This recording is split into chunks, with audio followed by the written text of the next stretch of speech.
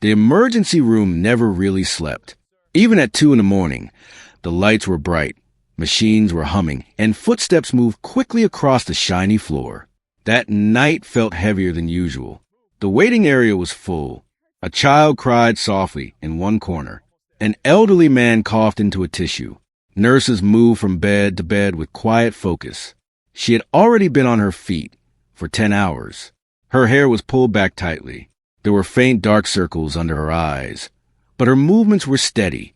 She had worked in that ER for 8 years. Long nights, double shifts, missed holidays.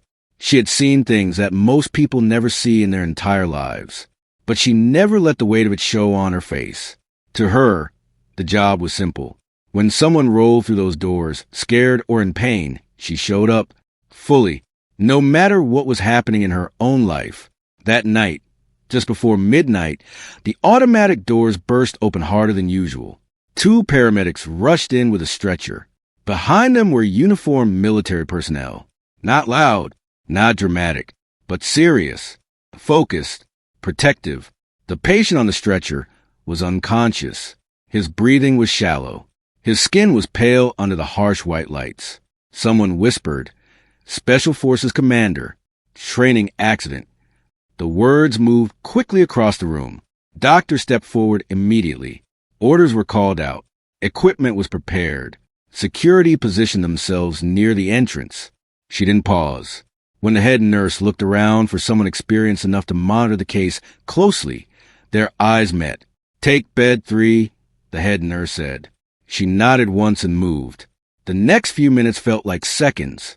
His blood pressure dropped, then rose, then dropped again. There was internal bleeding. The trauma team worked fast, but the room felt tense. Every small change in the monitor made hearts jump. She stood on his left side, adjusting the 4 line, speaking clearly to the doctor, repeating numbers from the monitor. Pressure falling. Pulse unstable. Preparing fluids. Her voice never shook. At one point, the monitor gave a sharp warning tone. For half a second, everyone froze. She didn't. She pressed firmly on the wound area as instructed, adjusting her position when the surgeon asked for better access. Blood stained her gloves, but her focus stayed sharp. "Stay with us," she said softly, even though he couldn't hear her. Or at least, that's what everyone believed. Hours passed. The surgery stabilized him enough to move him into intensive monitoring. The crisis had slowed, but was not over. His body was still fighting. Most of the team rotated out for rest. She stayed. No one ordered her to remain by his side. It wasn't required. But something in her told her to stay close. She adjusted his blankets when his temperature shifted. She checked his pupils with a small light. She spoke in a calm, steady tone while recording updates. "You're stable now," she said quietly. "Just rest. We're watching everything." Outside the room, administrators began to gather. Word spread quickly that an elite military officer had been admitted. Phone calls were being made. Important people wanted updates. The hospital director arrived before sunrise, still wearing yesterday's suit. They stood behind the glass wall, watching. She didn't notice them. Her focus was on the man in the bed. At around 5 in the morning, one of the machines signaled a slight drop in fluid flow. It was small, technical, easy to miss. She noticed. She adjusted the line immediately and recalculated the input rate. In doing so, she made a quick judgment call. A small protocol required a specific authorization form before altering dosage flow rates, even in urgent situations. There was no time to step away and file digital approval. She chose the patient. She documented the change manually with the intent to update the system after. The monitors steadied again. The danger passed. By late morning, sunlight filtered faintly through high windows. She finally stepped back, exhaustion hitting her all at once. Her shoulders ached. Her stomach reminded her she hadn't eaten since early evening. That was when a hospital administrator approached her. "Can you come with me?" he asked, voice neutral. She assumed it was about the case. Inside a small office, 2 other administrators were seated. Their expressions were stiff, professional, distant. She remained standing at first. One of them cleared his throat. There was a deviation from standard emergency protocol at 5:12 a.m. She blinked once. The fluid adjustment? Yes.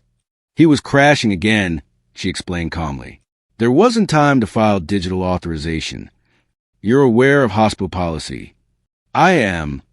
And yet you proceeded without approval. She hesitated. I stabilized him. Silence filled the room. One administrator folded his hands together. Policy exists for a reason. Her voice stayed even. So does judgment. The air shifted slightly. After a long pause, the final sentence came. Your employment is terminated effective immediately. The words landed heavier than she expected, not because she doubted her decision, but because 8 years of dedication were reduced to one line. She didn't argue. She didn't raise her voice. She removed her badge slowly and placed it on the desk. Understood, she said. No one thanked her for the night. No one mentioned that the patient was alive. She walked back through the hallway one last time. Some co-workers looked confused. Others avoided eye contact, unsure what to say. In the locker room, she changed quietly. Her hands trembled only once when she folded her scrubs. Outside, the morning air felt colder than usual. She sat in her car for a few minutes before starting the engine. 8 years, missed birthdays, canceled vacations, late-night calls to come in early. All of it ended in a 10-minute meeting. She drove home in silence. Back at the hospital, the commander remained unconscious but stable. Security still guarded the hallway. Doctors rotated shifts. Administrators prepared press statements in case the media asked questions. No one mentioned the nurse who had stayed all night. Late that afternoon, something changed. His breathing pattern shifted. A doctor leaned closer. He's coming around. Slowly, his eyes moved beneath closed lids. The room became very still. After several minutes, his eyes opened, confused at first, then aware. A doctor stepped forward. You're safe. You're in the hospital. He blinked, adjusting to the light. His voice was weak but steady. He scanned the room. Faces he didn't recognize looked back at him. He swallowed. Then he asked one question. Where's my nurse? The staff exchanged brief glances. Which nurse? Someone asked gently. The one who stayed, he replied. There was a pause. She's not on shift right now, a staff member answered carefully. He frowned slightly, still weak but clear-minded. She said I'd be okay. The room fell quiet. In a small apartment across town, she lay on her couch, still in yesterday's exhaustion, staring at the ceiling. She had not told anyone yet. Not family, not friends. Her phone was silent. She didn't know that in a guarded hospital room, a Special Forces commander had just opened his eyes and remembered her voice. And she had no idea that the question he asked would begin to change everything. When he asked, "Where's my nurse?" the room shifted in a way no one expected. The doctor standing closest to him gave a polite smile. You've had several nurses taking care of you. He blinked slowly, still fighting to the fog of medication. No, he said, his voice rough but certain. The one who stayed. There was something steady in his tone, not confusion, not random memory. He knew what he meant. A younger nurse stepped forward. You were in surgery most of the night. We've all been monitoring you. He shook his head slightly, then winced at the effort. Before surgery. She was on my left side. Calm voice. Kept telling me to breathe. Silence stretched across the room. The doctor glanced toward the administrator near the doorway.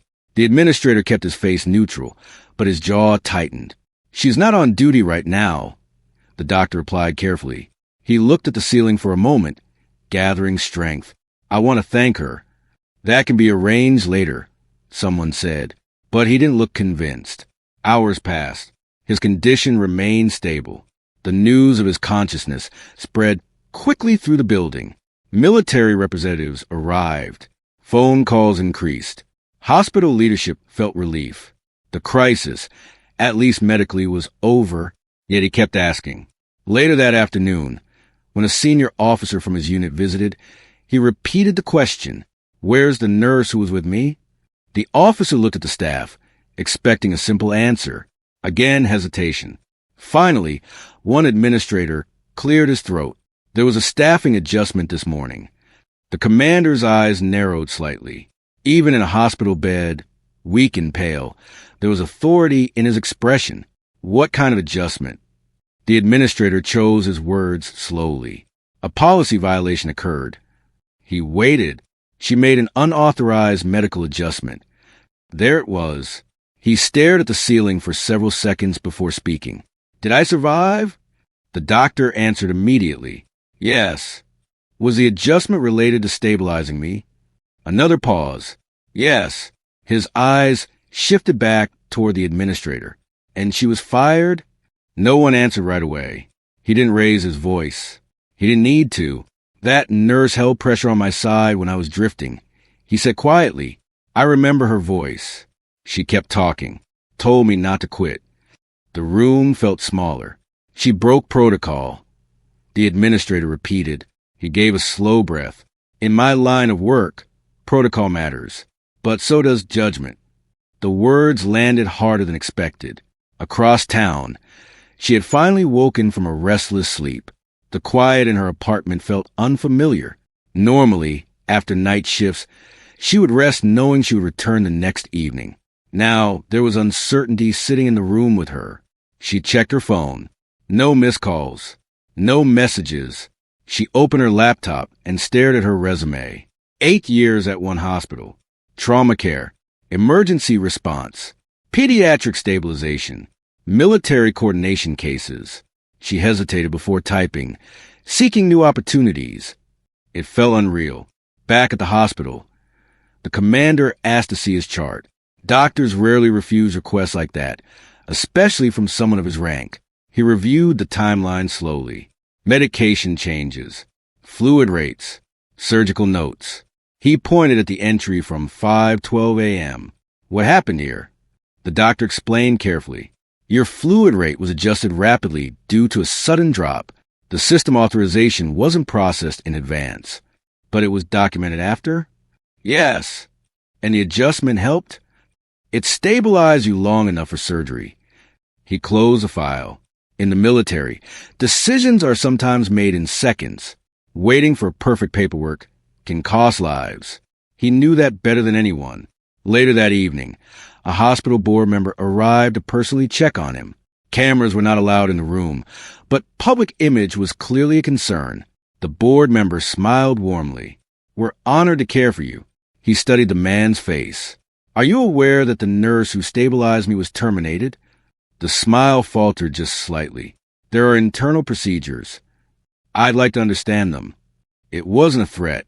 It was calm, steady interest, but it carried weight. The board member nodded. We can review the case. I would appreciate that, he replied. After the visitor left, the room felt quiet again. He stared out the window, thinking. He didn't remember the accident clearly. Just flashes, impact, disorientation. Then a voice. Clear, focused, stay with me. He remembered wanting to give up for a moment, just for a second, and that voice cutting through the noise. You're not done. Back in her apartment, she forced herself to shower and eat something small. She tried not to replay the meeting in her head, but it kept returning. Policy exists for a reason. So does judgment. She wondered if she would have done anything differently. The answer came quickly. No. That night, unable to sleep, she turned on the television for background noise. A local news update mentioned that a high-ranking military commander had regained consciousness after a serious training incident. She froze. They didn't mention her name. They didn't mention the ER team. But knowing he was awake brought unexpected relief. At least he survived. The next morning, inside the hospital's executive conference room, discussions grew tense. The commander had formally requested a review. Not demanded, requested. But when someone in his position requests something, it moves quickly. Security footage was pulled. The video showed her moving swiftly at 5:12 a.m., adjusting the line, applying pressure, communicating with the trauma surgeon. The surgeon, now seated at the conference table, spoke clearly. If she hadn't reacted that quickly, we might have lost him before surgery. A board member shifted uncomfortably, but the authorization step would have delayed stabilization. The surgeon interrupted. The room fell quiet again. One administrator defended the decision. Rules protect the hospital. Another responded quietly. So do good nurses. Meanwhile, the commander received a short visit from his unit's legal advisor.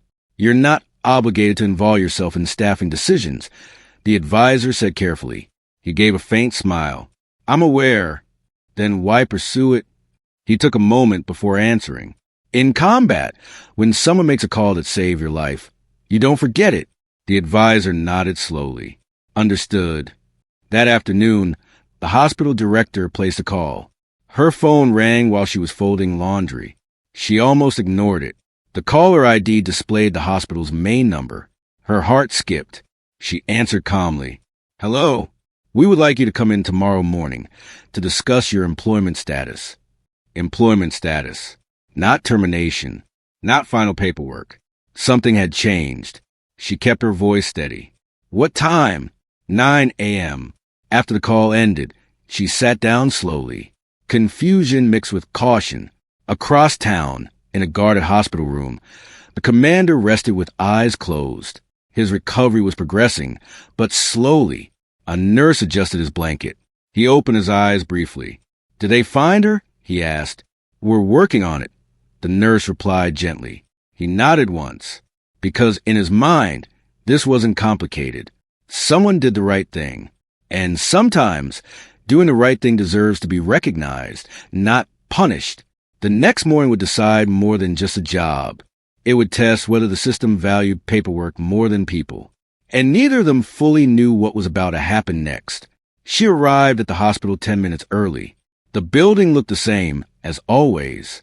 The glass doors, the quiet hum of morning traffic, nurses walking in with coffee cups, preparing for another long shift.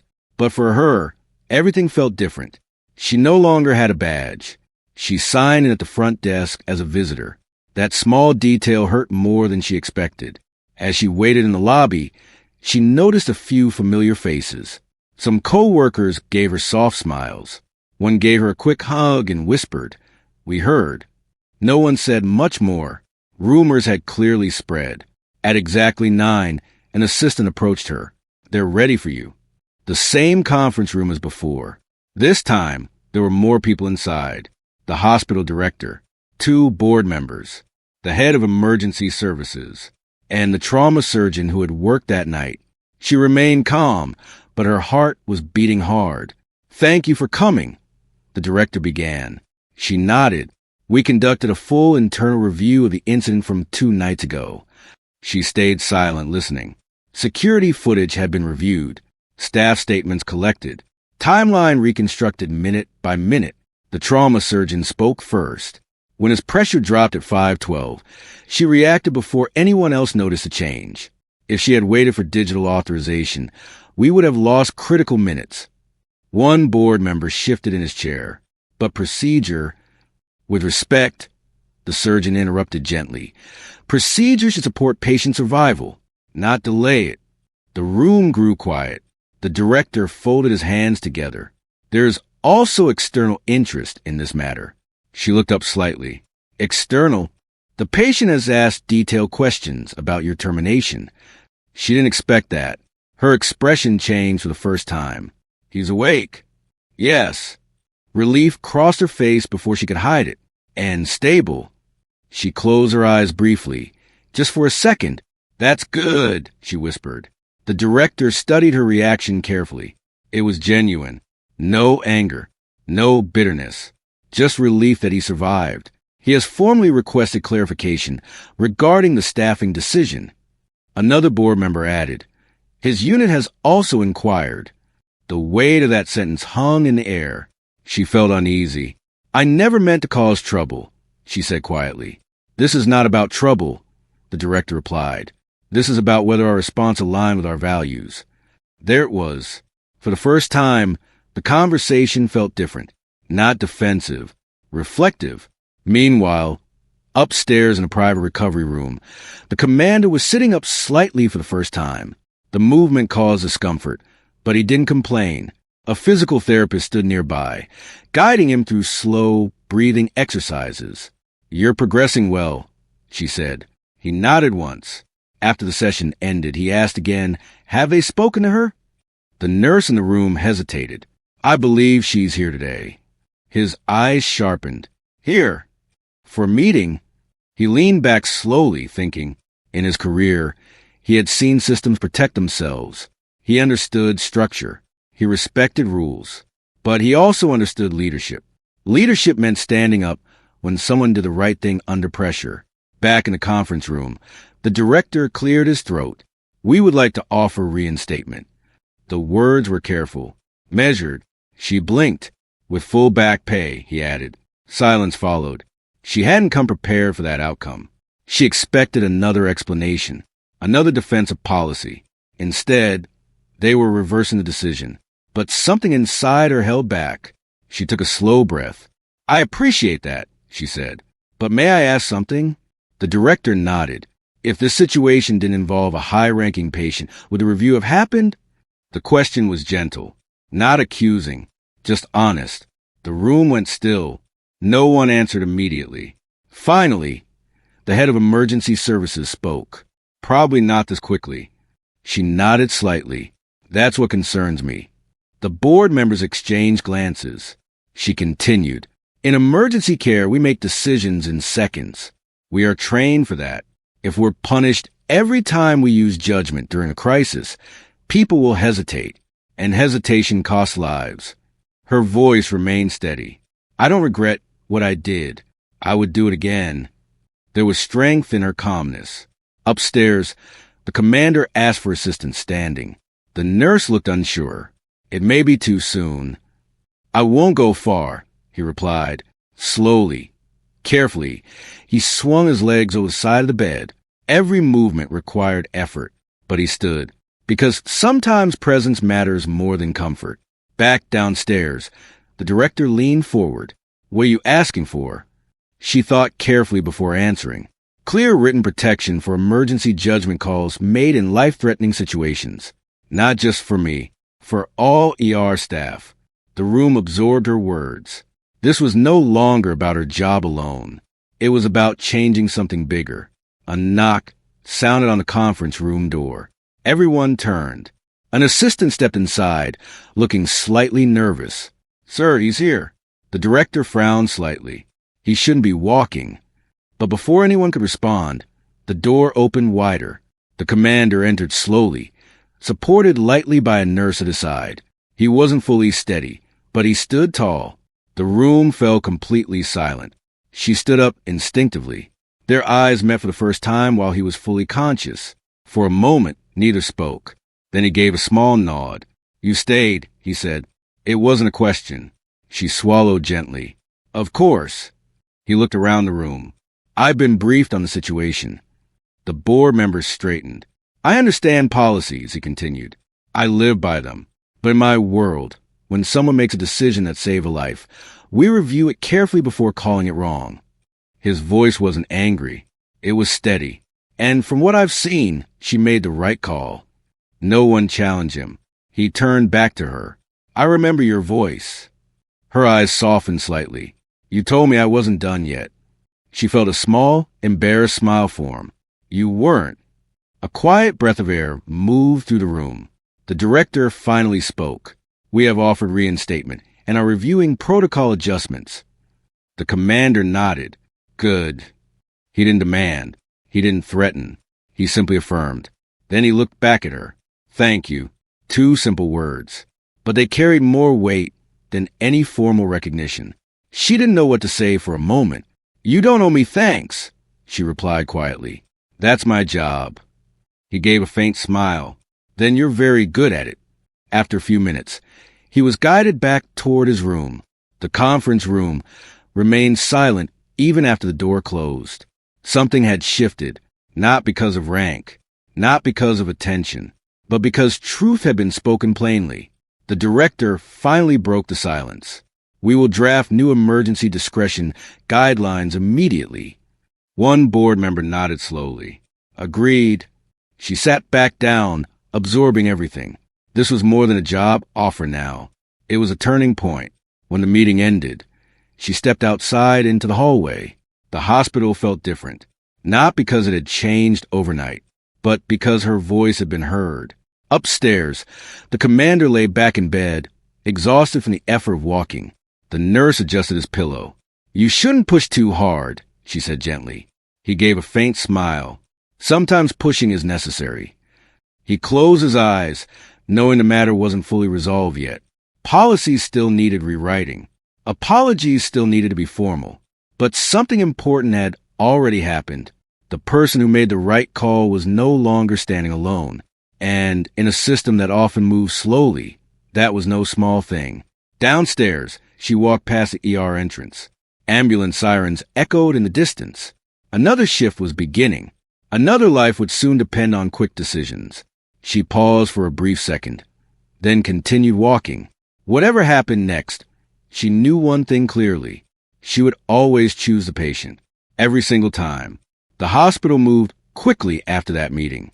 Not loudly, not publicly, but quickly. Drafts of new emergency discretion guidelines were written within hours. Legal teams reviewed wording. Department heads were asked for input. For once, the conversation was not about protecting reputation. It was about protecting judgment in critical moments. She went home that afternoon feeling both relieved and unsettled. Reinstatement had been offered. Respect had been shown. The commander had stood up for her. But something inside her was still processing everything. For 2 days, her career had felt over. For 2 days, she had questioned whether doing the right thing had cost her everything. Now she was being called back. It wasn't easy to shift emotions that fast.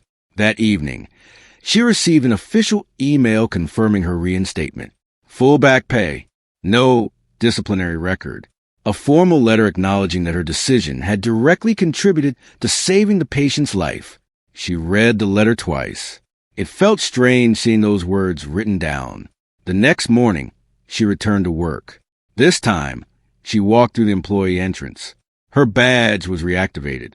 The small green light blinked when she scanned it. For a second, she just stood there. Then she walked in. The air looked exactly as it always did. Controlled chaos. Stretchers moving. Phones ringing. Nurses calling out lab numbers. Doctors giving quick instructions. A few co-workers noticed her immediately. One gave her a quick smile. Another squeezed her shoulder in passing. No one made a big scene, and she was grateful for that. She didn't want applause. She wanted normal. Before starting her shift, she was asked to stop by the director's office. This time, the atmosphere felt different. Less tension. More humility. The director stood when she entered. "I owe you an apology," he said directly. She nodded, letting him continue. "We reacted too quickly. We focus on policy without fully considering context. That won't happen again." He handed her a printed copy of the new emergency discretion clause. It clearly stated that in life-threatening situations, licensed medical staff could act immediately when delay would risk a patient's survival, provided documentation followed as soon as possible. Her chest felt tight reading it. This wasn't just about her anymore. It would protect every nurse working under pressure. "Thank you," she said quietly. The director added, "He asked if you would visit him before discharge." She paused. "How is he?" "Recovering well. Stronger every day." She nodded. "I'll stop by after my shift." The day moved quickly. A child with a broken arm. An elderly woman struggling to breathe. A car accident victim with minor injuries. Each case required focus. And she gave it. But word had spread beyond the hospital walls. By afternoon, a short article appeared online about a Special Forces commander praising an unnamed ER nurse for quick action during a life-threatening emergency. Her name was not mentioned, and she was thankful for that. She never wanted attention. She wanted to do her job well. Still, staff morale felt different. Several nurses approached her during short breaks. "We're glad you're back. You handled that with class. You spoke up for all of us." She listened, slightly uncomfortable with the praise. "I just did what any of you would have done," she replied honestly.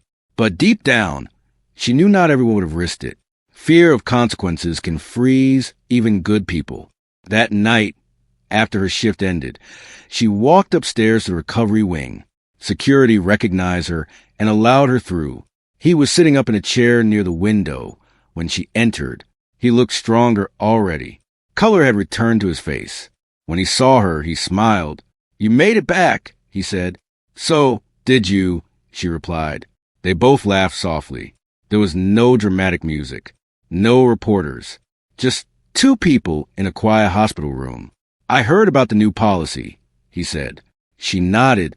"It's a good change. You push for it." "I asked for fairness." He studied her for a moment.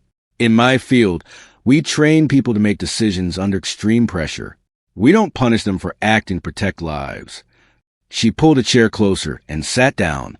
"In medicine, we're trained the same way. But sometimes systems forget that." He gave a thoughtful nod. "I'm glad they remembered." There was a pause. "I never got to thank you properly," he said. "You already did." "I mean it," he continued. "When I was drifting in and out, I remember feeling like I was fading. Then I heard you. Clear. Steady. You didn't panic. You didn't sound afraid." She looked down briefly. "I was focused." "That focus matters," he replied. Silence settled comfortably between them. After a moment, he asked, "Did you ever doubt your decision?" She considered the question honestly. "For a few minutes," she admitted. "When they fired me, I wondered if I should have waited, followed the digital process, protected myself. And I realized I would still choose a patient." He smiled. "That's leadership." She shook her head gently. "That's nursing." Before leaving, she stood. "You'll be discharged soon?" she asked. "In a couple of days." "Good." As she turned to go, he said one more thing. "Not everyone speaks up when something unfair happens." "You did." She paused. "I didn't speak up alone."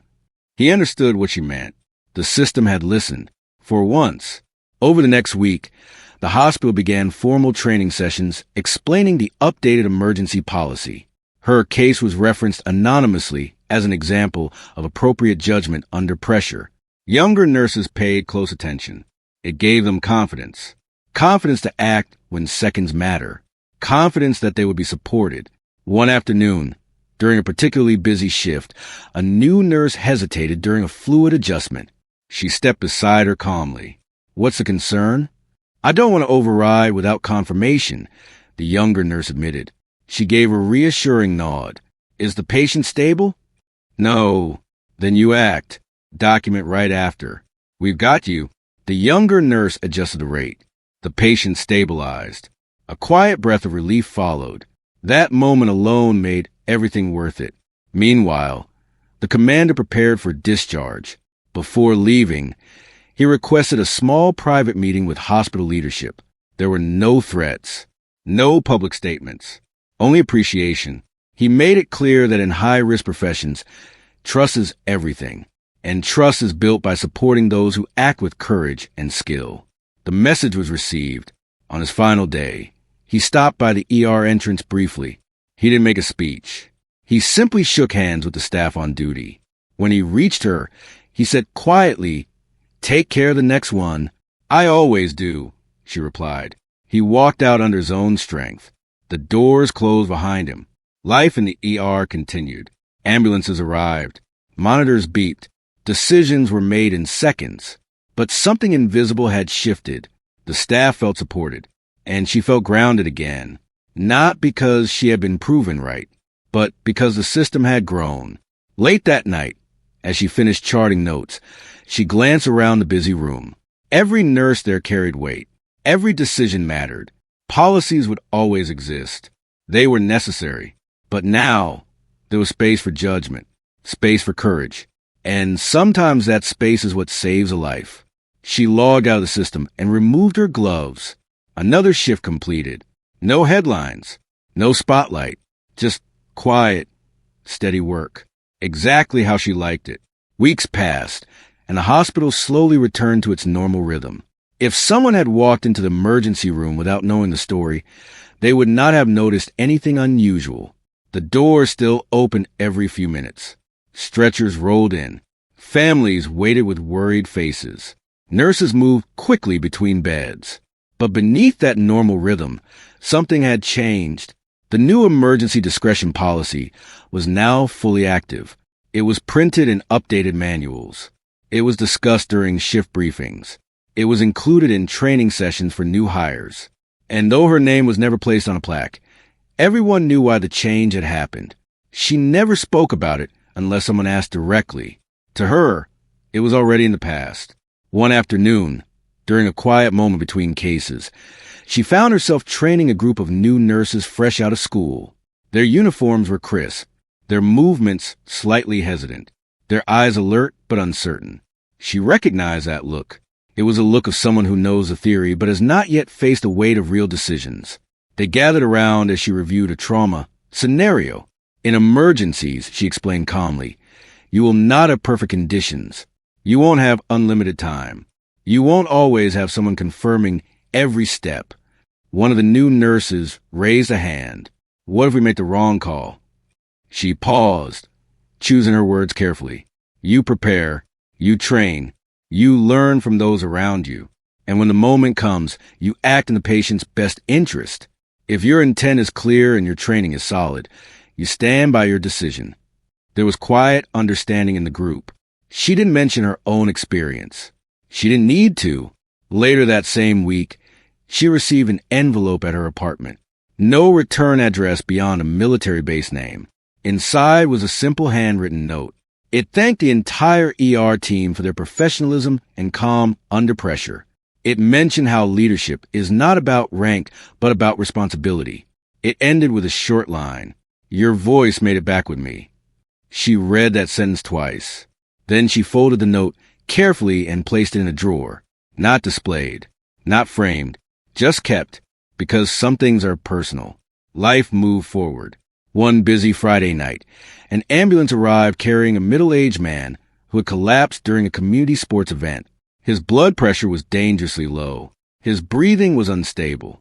The room shifted instantly into high alert. Monitors were attached. For lines prepared. Doctors called out instructions. A young nurse froze for a second when the patient's readings dropped suddenly. She stepped beside her immediately. What do you see? She asked calmly. Pressure falling. Oxygen unstable. What does he need? Fluids. Now. Then do it. The younger nurse adjusted the rate quickly. There was no hesitation this time. Within seconds, the monitors began to steady. The crisis passed. Afterward, the younger nurse let out a shaky breath. Thank you, she said quietly. She gave a small smile. You did it. I just stood next to you. In that moment, she realized something important.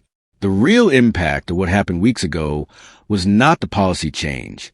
It was the confidence it gave others. Confidence saves lives. Meanwhile, across the country, the commander had returned to limited duty. Physical therapy sessions filled his mornings. Strategy briefings filled his afternoons. Recovery was steady but not easy. During one training seminar for junior officers, he shared a story, not about the accident itself, but about the importance of supporting those who act decisively under pressure. He didn't use names. He didn't mention the hospital publicly. He simply described a moment when someone chose action over fear. His message was clear. Good systems protect good judgment. Back at the hospital, a small recognition ceremony was quietly organized for the ER team. Not a grand event, just a simple gathering in a conference room. Coffee, light snacks, a few words from leadership. The director spoke honestly. We learned something important this month, he said. Policies are essential, but they must work alongside human judgment, not against it. He glanced toward her briefly. Sometimes growth comes from difficult moments. There was light applause. She felt slightly uncomfortable being the focus. Even indirectly, after the meeting, she slipped back into the ER. Without ceremony, that's where she felt most at home. One evening, as she was finishing paperwork, an elderly woman reached out and gently touched her hand. Thank you for being patient with me, the woman said softly. It was a simple sentence, but it meant everything, because, in the end, that was why she became a nurse, not for recognition, not for policy reform, but for moments like that. Months later, the story faded from online articles. New headlines replaced it. New emergencies captured attention. But inside the hospital, the change remained. New hires were taught about emergency discretion from day one. Senior staff were encouraged to mentor rather than intimidate. Open discussions replaced silent fear. One late night, after an especially long shift, she stepped outside for fresh air. The parking lot was quiet, the sky dark and clear. She leaned against the wall for a moment, letting the cool air settle around her.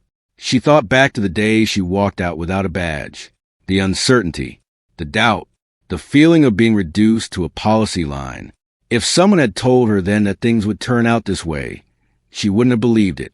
But sometimes the hardest moments reveal something stronger underneath.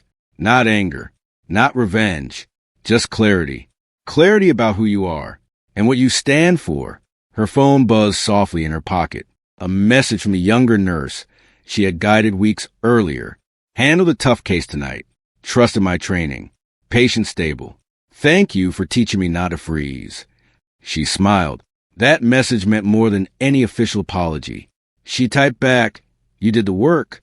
I'm proud of you." Then she slipped her phone away and looked up at the hospital building. Inside those walls, lives would continue to hang in balance every day.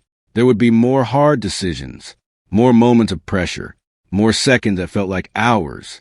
But now there was trust. Trust that when someone acted with skill and integrity, they would be supported. She pushed away from the wall and headed back inside. Another ambulance siren echoed faintly in the distance. Another life on the way. As she walked toward the ER doors, she felt steady. Not because she had won anything, but because she had stayed true to herself when it mattered most. The automatic doors opened. Bright lights, moving figures, urgent voices. She tied her hair back, adjusted her gloves, and stepped forward, ready, because in the end, titles fade, policies change, stories move on. But the quiet choice to stand beside someone in their most fragile moment, that remains. And she would make that choice again, every single time.